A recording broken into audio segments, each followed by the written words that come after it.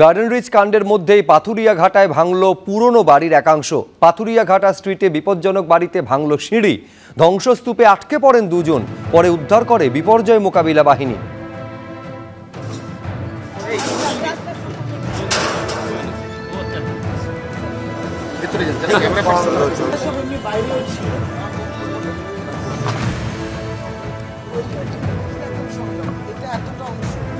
এই বিপজ্জনক অংশ ছবি আপনারা দেখতে পাচ্ছেন, যে অংশ ভেঙে পড়ে পাথুরিয়াঘাটায় স্ট্রিটে বিপজ্জনক বাড়িতে ভাঙল সিঁড়ি, ধ্বংসস্তূপে আটকে পড়েন দুজন, পরে উদ্ধার করে বিপর্যয় মোকাবিলা বাহিনী।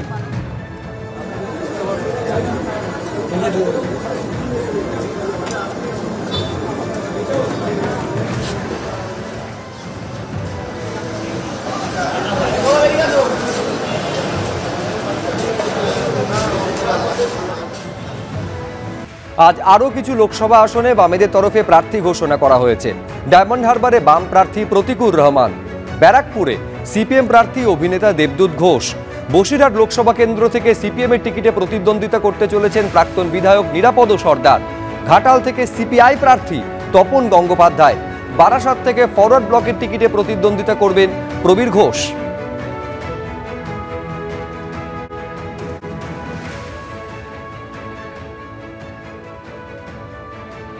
ব্যারাকপুর 15 নম্বর লোকসভা কেন্দ্র সিপিআইএম দেবদূত ঘোষ, 17 নম্বর লোকসভা কেন্দ্র বারাসাত এআইএফবি প্রবীর ঘোষ,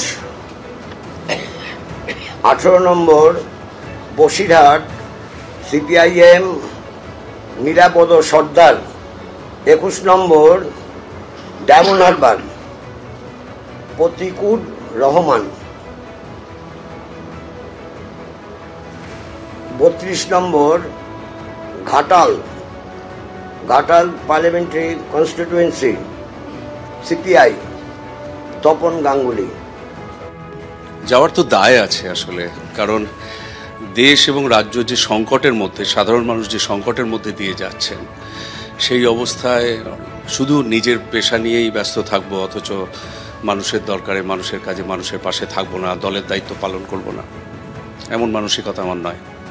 কিন্তু এখানে আপনাকে লড়তে হবে অর্জুন সিংয়ের বিরুদ্ধে, লড়তে হবে পার্থ ভৌমিকের বিরুদ্ধে। অর্জুন সিং একাধিকবার সেখান থেকে সাংসদ হয়েছেন, আপনি জানেন যে এই মুহূর্তে বিজেপির প্রার্থী, এবং পার্থ ভৌমিক তিনি গুরুত্বপূর্ণ মন্ত্রী, ফলে দুই হেভিওয়েটের বিরুদ্ধে আপনার লড়াই।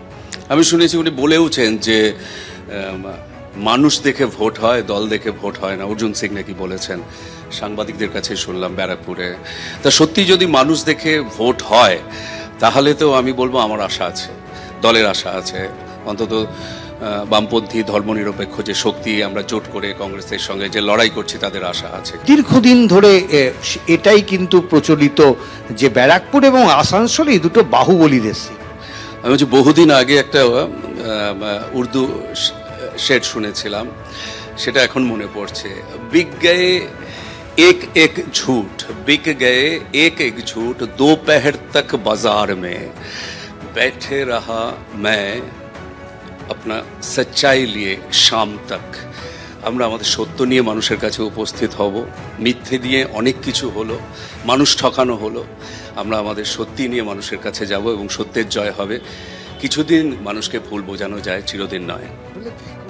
এই ভদ্রলোক তো বহুদিন সন্দেশখালী আসেন না, তিনি একবার এমপি ভোটে জিতে যে সেই চলে গেলেন, তারপরে আর তিনি সন্দেশখালী আসেননি। ফলে সন্দেশখালীতে কি হচ্ছে কি হচ্ছে না তার কিচ্ছু এসে যায় না তার কাছে, এটা ওর সাবজেক্টের মধ্যেই ছিল না।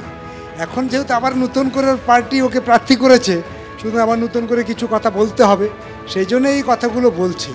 তবে এটা তো ঠিক, ও মানুক আর না মানুক, সন্দেশখালীতে যে জিনিস ঘটেছে সেটা আর উগরাতে পাচ্ছে না, ফলে মেনেই নিচ্ছে যে সন্দেশখালীতে নারী নির্যাতন হয়েছে।